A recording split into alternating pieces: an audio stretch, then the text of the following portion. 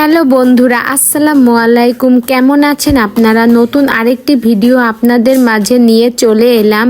বন্ধুরা দেখুন, আখি কিন্তু তার ভেরিফাইড পেজে একটা পোস্ট শেয়ার করেছে। পোস্টটিতে লেখা আছে এই রকম: আসসালামু আলাইকুম, আমি আপনাদের আখি। আপনারা জানেন যে আমি দীর্ঘদিন ধরে কাশফিয়া কালেকশন পেজে কাজ করছি। তখন সে আমাকে দিয়ে ভিডিও বানিয়ে তার পেজে পোস্ট করেছে ভিউর জন্য।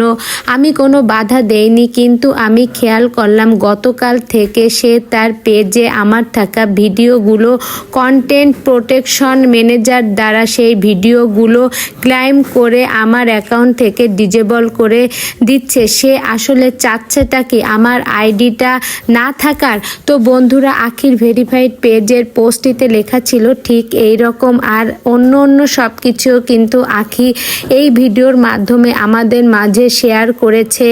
এখন হচ্ছে কথা কি, আখির পেজটা না থাকলে আখির ছেলে আয়াস, ছোট বাচ্চা, ও কিন্তু এই আখির এই পেজ থেকে যে ইনকামের টাকা হয় সেটা দিয়ে দুধ কিনে খাওয়ায় আয়াসকে।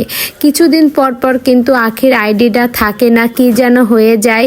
তো বন্ধুরা, এই রকম করলে আয়াস বাবু দুধ কেনার টাকা, আয়াস বাবুর খরচের টাকা তো ওই পেজ থেকে আসে। আখি কিন্তু মোটামুটি একটা ঝামেলায় পড়ে যায়। তো এই রকম না করলেই ভালো হবে, যেহেতু ছোট বাচ্চা, ওর সাথে তো আর কারো কিছুই না। যাই হোক, ক্ষমার দৃষ্টিতে দেখা উচিত। আখি যদি কোনো অন্যায় করে থাকে বা কোনো ভুল করে থাকে তাহলে ক্ষমার দৃষ্টিতে দেখা উচিত, কারণ মানুষ মাত্রই ভুল হতে পারে। আর আখি হয়তো কোনো কারণে বিষয়টি বুঝে উঠতে পারেনি যে এত দূর চলে যাবে।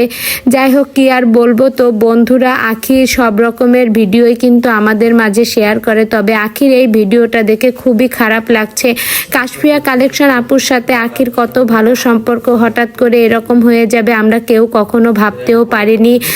আপু যেন আখিকে ক্ষমার দৃষ্টিতে দেখে। আখি যদি কোনো ভুল করে থাকে দুজনের মধ্যে যাতে আবার মিল হয়ে যায়, আমরা সেটাই চাবো। তো বন্ধুরা, ভিডিওটি সম্পর্কে আপনাদের মূল্যবান মতামত কমেন্ট বক্সে জানাবেন।